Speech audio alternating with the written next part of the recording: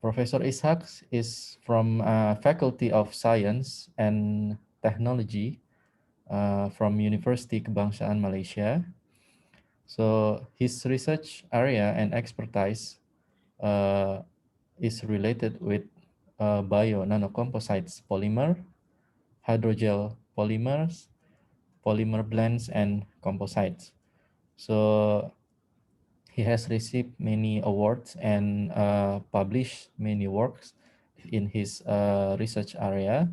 So today he will share his lecture to us. For Professor Ishak, without any further hesitation, you have 45 minutes. Times is yours. Okay. Okay, thank you very much, is it Dr. Fazzi, yeah? Yes, Yeah. Fahzi. Okay, Fazzi. Okay, let me share my slide, yeah? Yes. Okay.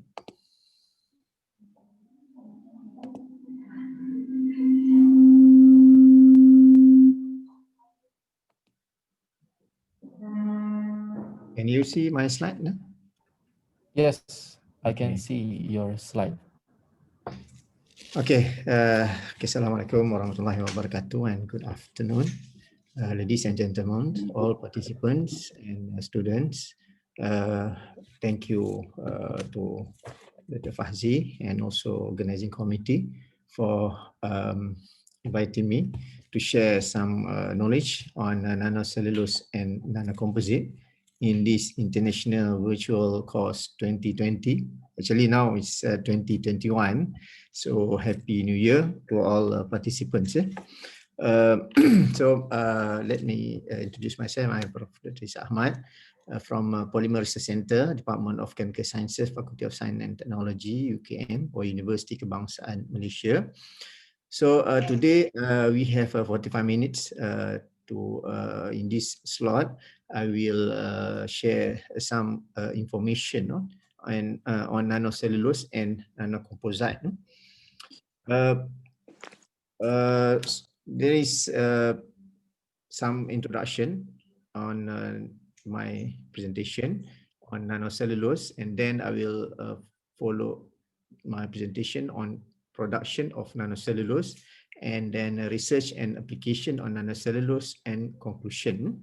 So let me go very brief on introduction before we start more details. We go more details on application and also how to produce nanocellulose. Okay, what is nanocellulose? When we talk about nano, so we always refer to the dimension or size of the materials. Let's say we have a nano material, so that means material is in nanometer, which is 10 minus 9 meter. So nano means we cannot see the materials or the particles with our naked eyes, so we have to use the instrument. In this case, to study the morphology, we always use TEM, transmission electron microscope. Now we can also use SEM, FESM, for scanning electron microscope with high voltage. So people always mention or talk about nanomaterials. So when we say nanocellulose, so that means we refer cellulose with the size or with the dimension, at least one dimension must be less than 100 nanometer. So we have a 3-dimension materials. We can consider for nanocellulose, at least the diameter must be less than 100 nanometer. So if we have a 2-dimension, the length of the material should be less than 100 nanometer. So when we have the material which less than 100 nanometer, so we consider the materials nano materials.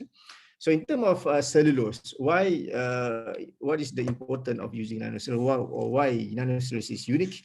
Because we can obtain cellulose from different sources. For example, wood, bacteria, straw, wool, leaf, In our case, in my country, from anti-fruit bunch or oil palm anti-fruit bunch, from rice husk, sawdust, similar to Indonesia. I think we have the same climate. So why inspiration from nature? Why we use cellulose? Because it's simple starting materials, readable, biodegradable. We talk about biodegradable material compared to synthetic material, which cannot be degraded for a long time. But for cellulose, easily degrade, and then low cost, low weight, and non-toxic. So this is the factors that consider why we focus on cellulose materials. Okay, I go into the history of nanocellulose. Start with a naming hierarchy for nanocellulose. Actually, research on nanocellulose started 15 to 20 years ago, early 2000.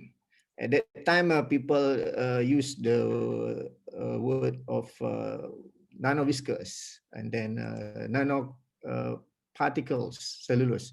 And then after quite some times, in 2009, 2011, TAPI, which is Technical Association of Pulp and Paper Industry Community, start to standardize the naming of cellulose with nano size or nanometer size.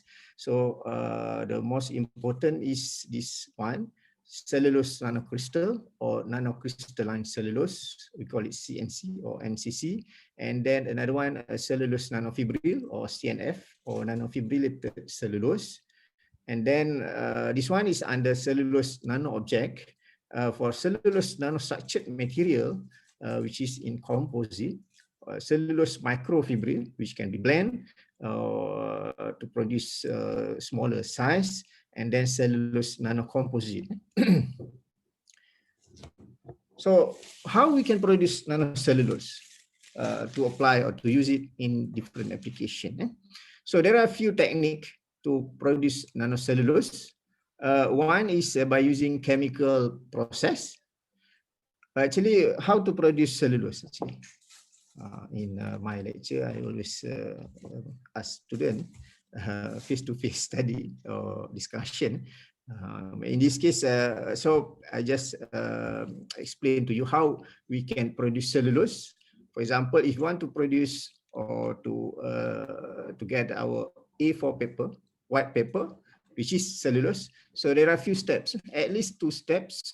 One is by using alkali treatment, and then after that, a bleaching process.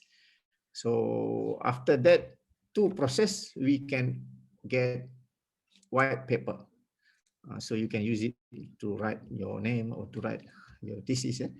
So there's 2 steps to produce cellulose. And then after that, another step to produce nanocellulose is by using acid hydrolysis, more stable process to produce cellulose nanocrystal. So why we call it a cellulose nanocrystal? This is the process. This is cellulose. In cellulose, we have a we have a microfibril, and then from microfibril, which is cellulose here, we can obtain amorphous part and also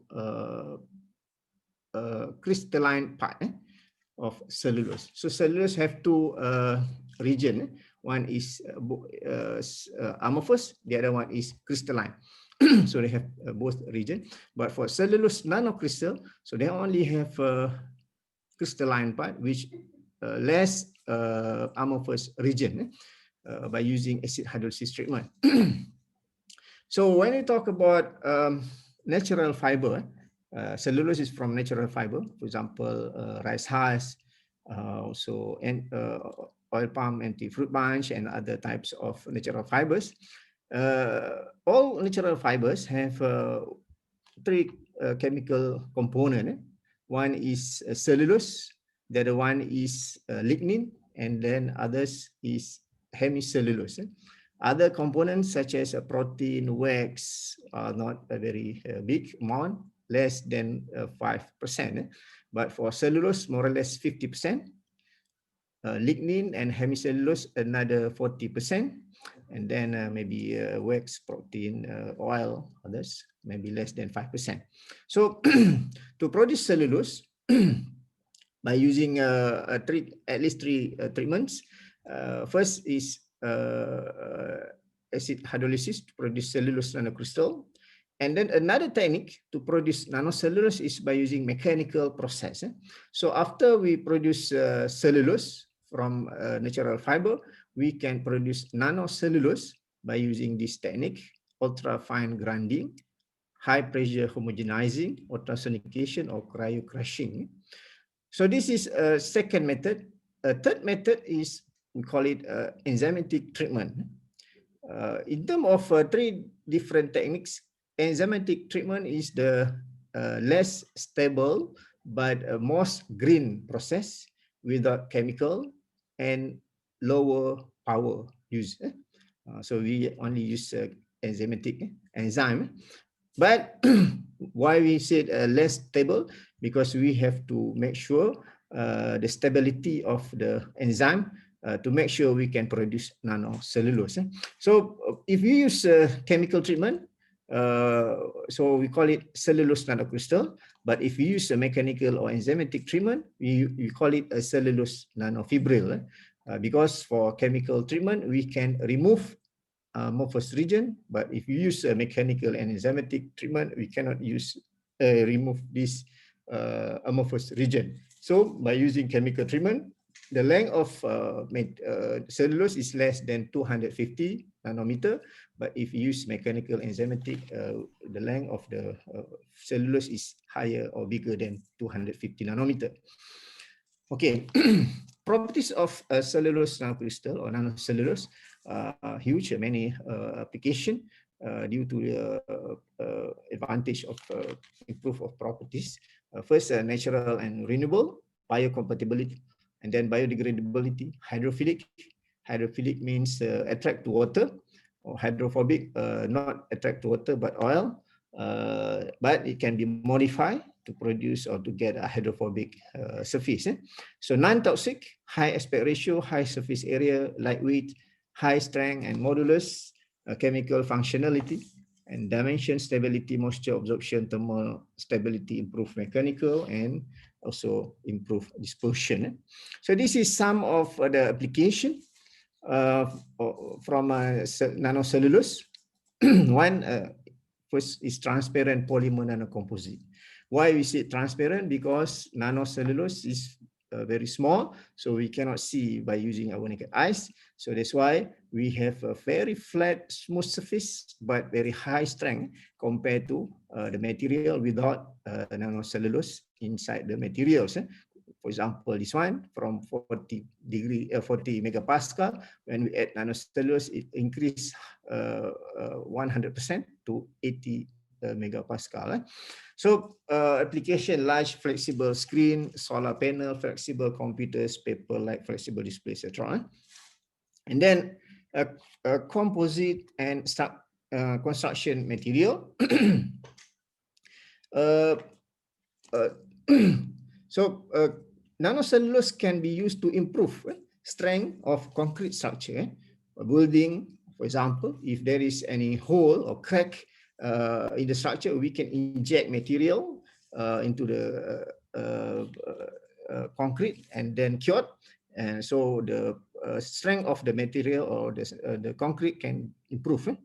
So application, lightweight, foam, cellular, concrete structure. So crack reduction, combining toughness and strength. And then that another one is for porous materials and fiber web structures. Porous materials or porous nanocellulosic material for insulation and membrane. Porous nanocellulose for packaging insulation, for example, lightweight. If we use, we always use porous materials for example, as electric protection, the shock absorbent. For example, in our for packaging for our computer.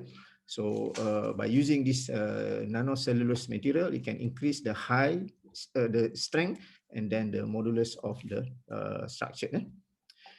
And then coating and functional surfaces, nanocellulose for coating application. This one is especially for oxygen barrier, especially for a product such as food. When exposed to oxygen, the flavor will change. So by using this material as a coating application, so we can retain the flavor and the properties of the food. And then another one is biomedical application, especially for a medical application and pharmaceutical application. There are a few application. I also study different types of this nanocellulose to produce a composite for medical implant, drug delivery, and then antimicrobial, and then other application. I'll show you later. So this is some examples of using nanocellulose in different industry. Okay, now we focus on the study of nanocellulose. In my study, I use cellulose nanocrystal from different plants in Malaysia. For example, mengkuang leaf, kenaf fiber, rice husk, nata de coco, agave fiber, palmetto peel. Actually, research on the use of cellulose as nanomaterial grown rapidly. Me, for example, I started to use nanocellulose in different applications in 2009. And then I have to patent. I'll show you the patent after this.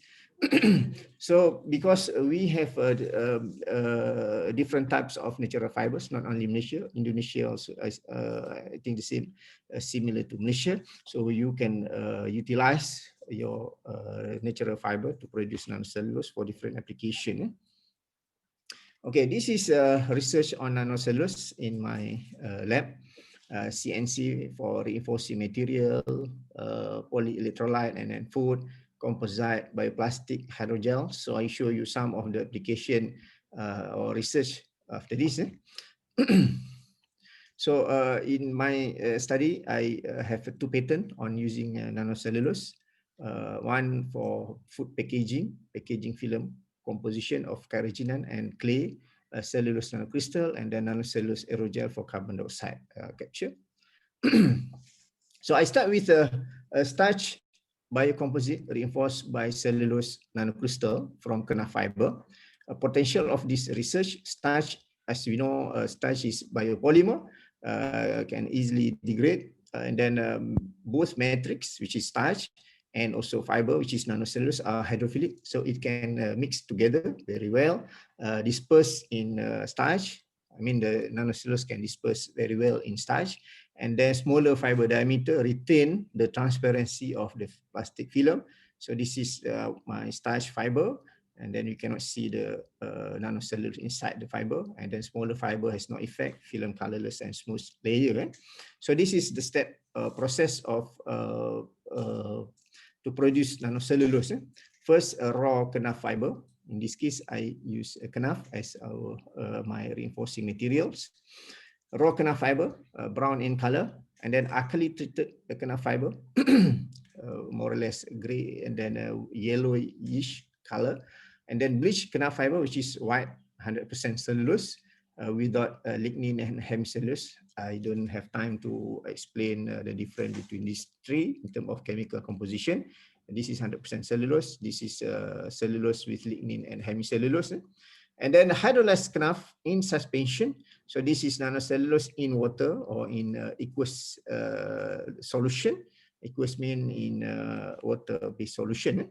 In terms of morphology, raw kenaf fiber, rough surface, and with a bigger size, bigger diameter, more or less more than 150 micrometer. And then alkali treatment. After alkali treatment, can produce smaller fiber or smaller kenaf fiber. And then bleaching treatment with only less than 50 micron, which is 100% cellulose, and then hydrolysis we cannot see under SEM, so we have to use TEM. to see or to study the size and then the dimension of the fiber. So the diameter of nanocellulose is 12 to 15 nanometer with the length 100 to 260 nanometer. So in terms of fiber, we can see here fiber. This is raw kernel fiber. This is cellulose, and then this is nanocellulose. Okay, when we study the modulus of the materials, Topeka starch without fiber, very low modulus. But when we add raw kernel fiber, alkali kernel fiber, bleach kernel fiber, and then this is nano cellulose kernel fiber, so we can see the tensile modulus increase after each treatment, with the highest one is for the nanocellulose compared to kernel fiber, and then compared to starch without any fiber inside the matrix. So in terms of optical observation, we can see this is starch without fiber, but when we add 4% kernel fiber, so we can see the fiber inside this plastic. But when we add nanocellulose, we cannot see any filler inside the matrix.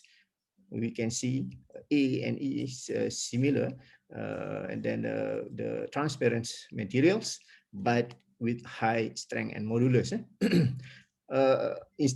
Apart from one filler, I also study of using hybrid nanofiller.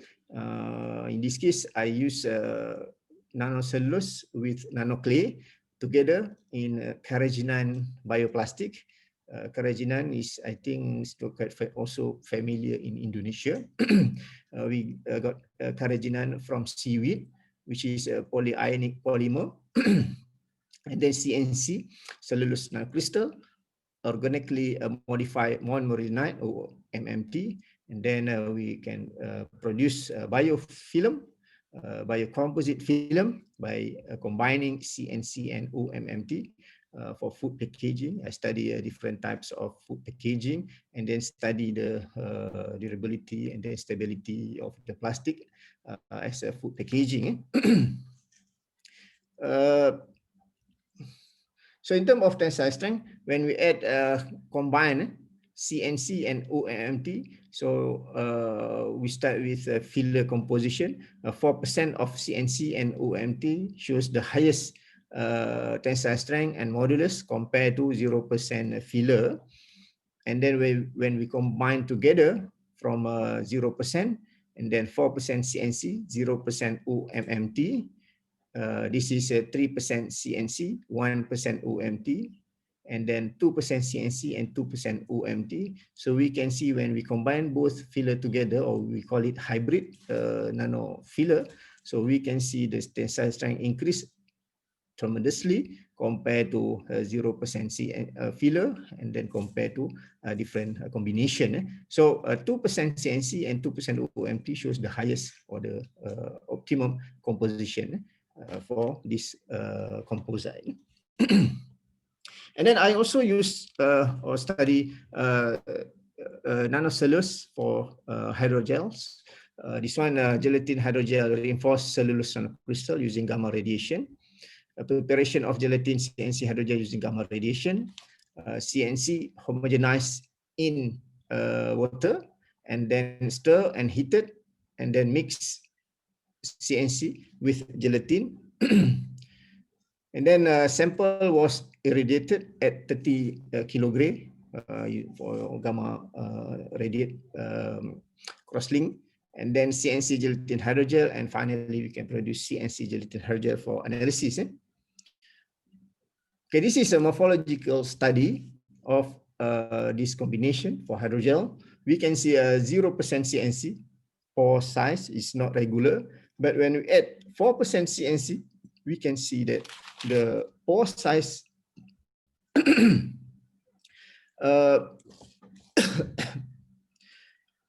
very smooth, regular, and then pore size shows similar pore size together the porosity as like a sponge with high porosity and open network. This morphological feature allow the hydrogel to absorb high amount of solution within a short time. So the gelatin 4% CNC hydrogel shows the largest pore size compared to 0% CNC. And then after that, with 10% CNC, we can see similar to 0% irregular pore size of this hydrogel compared to 4%. So in terms of pore size, if you compare gelatin without a CNC, 26 micrometer, 4% CNC, 32, and then 10% becomes smaller, very rigid hydrogel when we add too much of CNC inside the hydrogel. And then in this study, I use riboflavin as a drug loading efficiency. And then when we study, we found that 4% CNC give the highest drug loading compared to 0% and 10% CNC. So drug release pattern for hydrogel can be divided into one, lower, optimum is 4%, and then 10% becomes low again, reduce again. And then in terms of relative drug release, previous slide, drug loading, this one drug release, at pH 7 and 37 degrees Celsius, we can see that at 4% of CNC gelatin give the highest drug release compared to gelatin without CNC and gelatin with 10% of CNC. So this is similar observation, drug release, drug loading, and also SM micrograph to study the pore size. So it was observed that drug release profile of gelatin was consistent with the data obtained from a swelling study and also morphological observation in my previous slide. It shows that hydrogel with higher swelling ratio achieve higher drug release percentage. Then consistent sponge-like structure has high swelling drug release. So this is the model of drug release for riboflavin. So when we have a bigger pore size, so more drug can release from the materials or the hydrogel. In my study, I also modify the surface of cellulose nanocrystal. We call it hydrophobic nanocellulose. Previous slide for hydrophilic. This is for hydrophobic nanocellulose. So when we modify the cellulose or nanocellulose surface, we can get very hydrophobic materials. This is water. When we drop a small amount of water, we can get this water on the surface of nanocellulose. So we, in my study, we modify cellulose, modify CNC, and modify CNF. All three different cellulose give us the hydrophobics, easily can produce hydrophobic surface. So from hydrophilic, this is hydrophilic, very flat water. And then when we increase hydrophobic properties, so the degree become bigger. Okay, and then after we modify the surface of nanocellulose, we start to apply or use this CNC for aerogel. Use a CNC aerogel for oil-water separation. Oil-water separation means we absorb oil and then water will release from that solution. Okay, so in this study, we use CNC from Knaf, gelatin, and then methyl methoxysilane as cross-linker, and then homogenize CNC, and then modify CNC with silane, and then gamma radiation and freeze dry. So after that, we study on the, we call it a contact angle study to study the hydrophobic and hydrophilic properties of the materials. So, and then we start to apply for oil absorption. This is water solution. And then this is chloroform dye with curcumin. We add curcumin mixed with chloroform to make sure the color become yellow, so we can differentiate between water and chloroform. So, and then we soak this CNC, modified CNC aerogel, and then after quite some times, the aerogel can absorb this chloroform, and then water retain in this beaker. So, so we call it alveophilic properties and selectivity absorb chloroform. And then another study of using this CNC aerogel oil spill application. This is crude oil. This is CNC modified with silane to make it hydrophobic. And then this is water droplet. So when we compare this to water, cannot absorb this membrane, or this aerogel can absorb water, but crude oil can easily absorb. And then if you oil water absorption process before the process, this is oil, and then crude oil completely absorbed to CNC aerogel after 30 minutes. So this is water.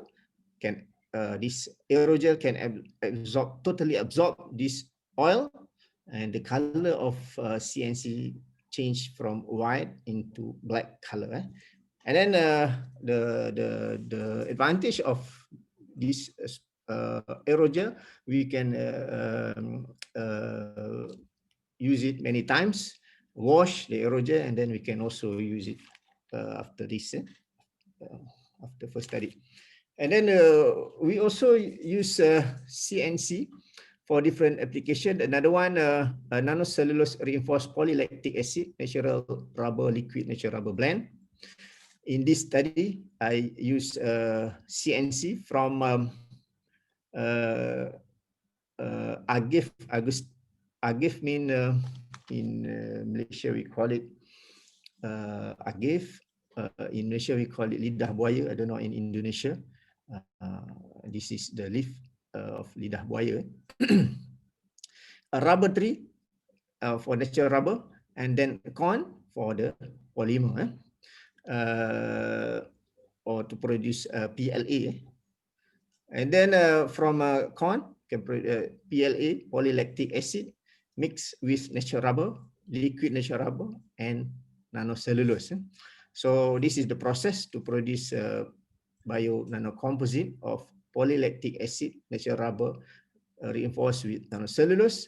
The application for this material as a food contact packaging, plastic packaging, agricultural film, and also 3D printing scaffold.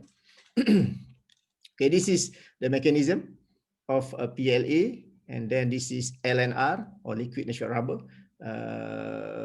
reaction between PLA and cellulose or nanocellulose, and then a reaction between cellulose and liquid natural rubber. So combining this PLA, rubber, liquid natural rubber, and cellulose, we can have a very good materials for different application. Okay, this analysis just to show you how the properties of nanocellulose before treatment and after treatment. We can see here physical appearance, and then morphology similar, but this one after treatment we can see a rough surface, and then water contact angle. So this one can absorb water. This one cannot absorb water because the cellulose changed from hydrophilic to hydrophobic. So this is the composite of PLA and R liquid natural rubber. Cellulose or nanocellulose without treatment, and then this one after treated with PMMA to produce to make it hydrophobic, so that we can mix with PLA. So the tensile strength increase when we modify the surface of this cellulose. And then why actually we add nanocellulose? Not only to increase the mechanical properties, but also we want to make it biodegrade faster, because PLA also, although PLA is considered biodegradable polymer, but still we need more times more years to degrade this PLA by using cellulose inside this PLA with natural rubber, so we can increase the biodegradability of this PLA. So if you compare, this is PLA without any treatment, but when you add, this is, yes, PLA, natural rubber, but when you add nanocellulose inside the matrix or inside the polymer, the weight loss start to increase. When you add more filler, so the weight loss also increase. Okay, so this is some examples of the application of nanocellulose from different source, and then after modification. And for example, this is PLA from corn to produce PLA, rubber, natural rubber, and then LNR, blend, and then finally we can produce a PLA, LNR for 3D printing. This is actually my current study of using cellulose nanocrystal for tissue scaffold, and then for different application, especially for our tissue and also bone. Is another example, development of bio-based hydrophilic membrane for effective oil-water separation. Previous slide, I show you hydrophobic. This is hydrophilic membrane to separate water from oil by using different source of polymer or matrix. So in my conclusion, I don't know whether we have time, 45 minutes, is it include FAQ or my presentation? And then I think I will just fix to 45 minutes, and then after that maybe we have time for question and answer. So in my for this presentation, I would like to conclude. First, cellulose nanocomposite has huge potential application. If you have a chance, so you can produce a nanocellulose from any natural fibers, and they start to apply in different application. And then nanocellulose, completely new constituent for film, composite, and foam, not only for reinforcing film, but also foam, composite, membrane, for the many application. And then nanocellulose is a good candidate in a drug delivery system. I tried, and then we found that very good results, excellent data. And then mechanical properties of nanocomposite is highly dependent to the size of fiber. So the longer size, the smaller the diameter, so we can get high strength and high modulus, and then flexibility, the impact also can be improved. Aspect ratio and also fiber loading. And then the improvement of drug loading and drug release rate were achieved by adding CNC. We found that a 4% CNC give the highest or better drug loading compared to 0%. And then the surface of nanocellulose can be modified for different application, not only for hydrophilic materials or polymer, but also hydrophobic polymers. So this is some examples or some advantage of using cellulose nanocrystal in different application or different types of nanocomposite. So this is my book published with my collaborator. This is my postdoc, and then my collaborator from India, Professor Sabu Thomas, and then this is Prof. Alain Dufresne from France. We publish what we call Handbook of Nanocellulose and Cellulose Composite, complete discussion on producing of nanocellulose and also the application. So I think that's all. Thank you for your attention. I give back to Dr. Fahzi. Okay, thank you, Professor Ishak, for your nice lecture. So we have several minutes for a question and answer session. So is there any questions or comments from participants here? Hello? Halo Pak Fauzi. I'd like to ask to Professor Ishak. Yes, please. Professor Ishak, thank you for your very good explanation about nanocellulose. I study flexible battery right now. I'd like to substitute hard carbon, conventional hard carbon at another site with nanocellulose. Could you share your knowledge and recommendation about the synthesis with the lowest temperature process? Thank you.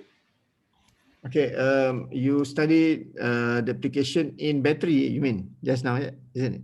Yes, flexible battery. Flexible battery, yeah. What is your polymer in your study? You want, is it you want to make it in nanocellulose film, or you mix with any polymer to make it as a binder? Hello. Hello.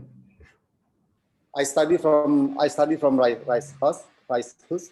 Yeah, I understand. I understand about nanocellulose. I want to know the polymer. Do you use any polymer as a binder? Because I need to know the temperature. Because some, for example, if you use melt blending, so we have to use higher temperature. If you use just solution casting, so room temperature is enough because nanocellulose is. Normally we use it as reinforcing materials, but if you can produce more nanocellulose, we can use a nanocellulose itself without any polymer. So I need to know do you use any polymer mixed with nanocellulose, or you just use nanocellulose alone without any binder?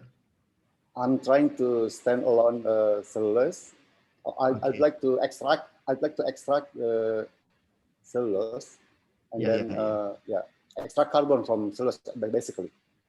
Okay. So if you use only cellulose in your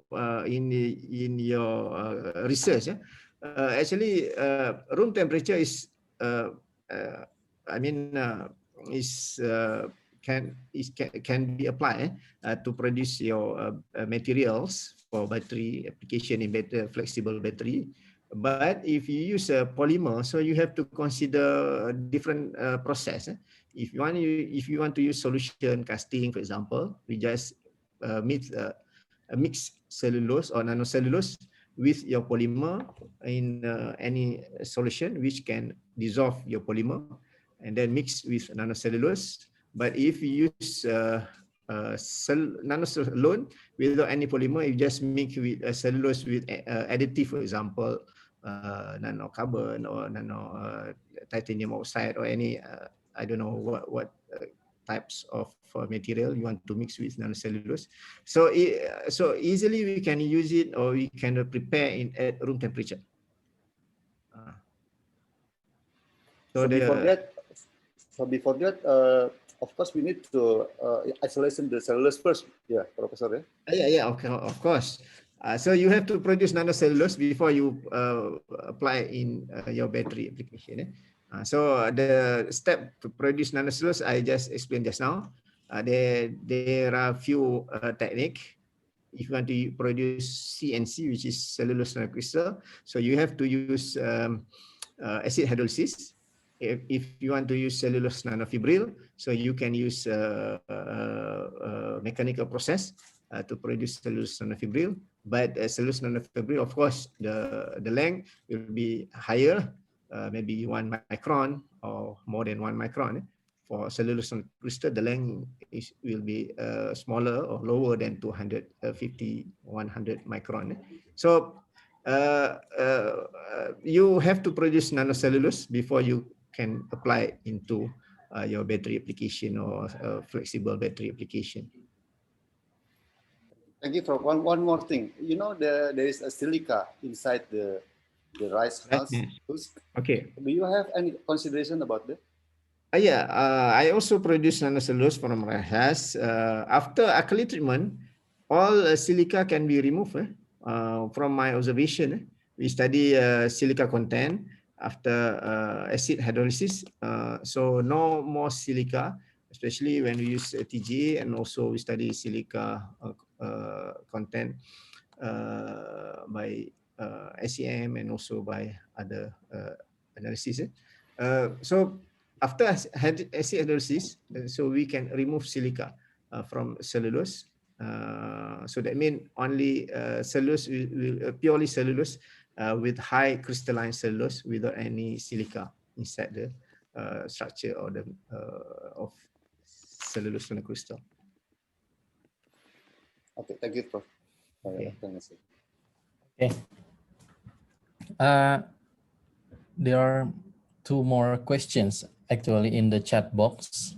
Oh, okay, we go to the chat Okay. box. So I think I go back to chat box. Yeah. What's this one? The question is from Dea Widya Stuti. She's asking, is there any functional or unique property of, I'm sorry. Okay. Is there any functional or unique Yes. property of nanocellulose? Then, okay. First, nanocellulose, of course, the mechanical properties can be improved. In terms of functional, we can modify. Actually, there are many papers on a modification of nanocellulose. Actually, nanocellulose, similar to cellulose, can easily modify the surface of this cellulose or the materials. So if you want to, for example, I just show you how we can change the surface from hydrophilic to hydrophobic. High electricity, low electricity to high electricity, for example. So and then magnetic, low magnetic to high magnetic, for example. So actually there are many modifications of nanocellulose from different paper. For example, my counterpart, my collaborator from China, China, they modify the surface of nanocellulose for screen, computer screen, to make it more electricity, improve electricity, conducting materials. They add conducting material to this nanocellulose. So if we focus on cellulose without treatment, so we can see that the mechanical properties is higher.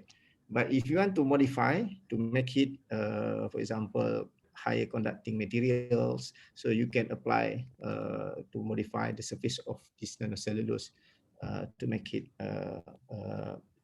more conducting materials or magnetic materials. Antimicrobial nanocellulose, for example, in this case, in my research, I also use nanomaterial for antimicrobial study. We modify nanocellulose with what do you call it? Minyak kayu manis, ya. Cinnamon oil. Okay, we modify nanocellulose. We mix with combine with cinnamon oil to make it antimicrobial materials. I have prepared nanocellulose from microcrystalline cellulose for hydrolysis. Then I try to dissolve it using NaOH and urea, but the nanocellulose did not dissolve. How can I solve the problem?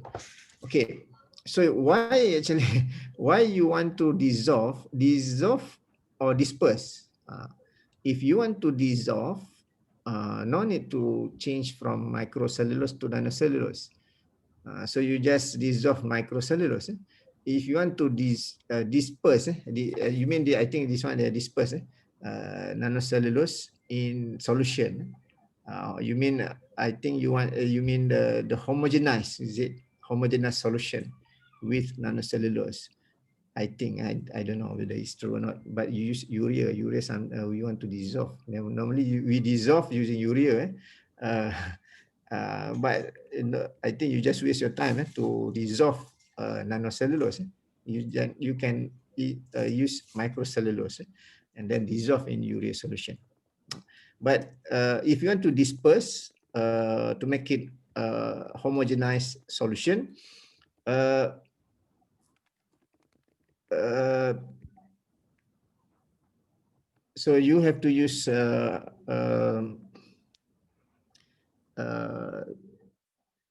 not only homogenizer, but you can use sonicator, sonicate the solution.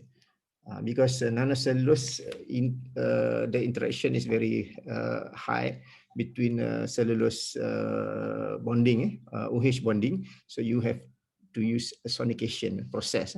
Sonicate 5 minutes, for example, 5 minutes, maybe 2 times. So you can see the dispersion of this material, the solution very good. If I think to make it homogeneous. I don't know whether you mean dissolve or disperse. If you want to dissolve, so you can dissolve your microcellulose into urea. No need to produce nanocellulose. Okay, I think I answer other question. Is there any function unique flexible battery? Okay, any other question? If you have any other question? Okay, is there any questions? I think maybe that's all, Professor Ishak, Okay. in the chat room. So, I'm sorry. Can you hear my voice? Yes, I can hear you Okay. very clearly. So thank you for your nice lecture and participation. Uh, we enjoy your lecture for 45 minutes, and there are many questions from participants. And once again, thank you.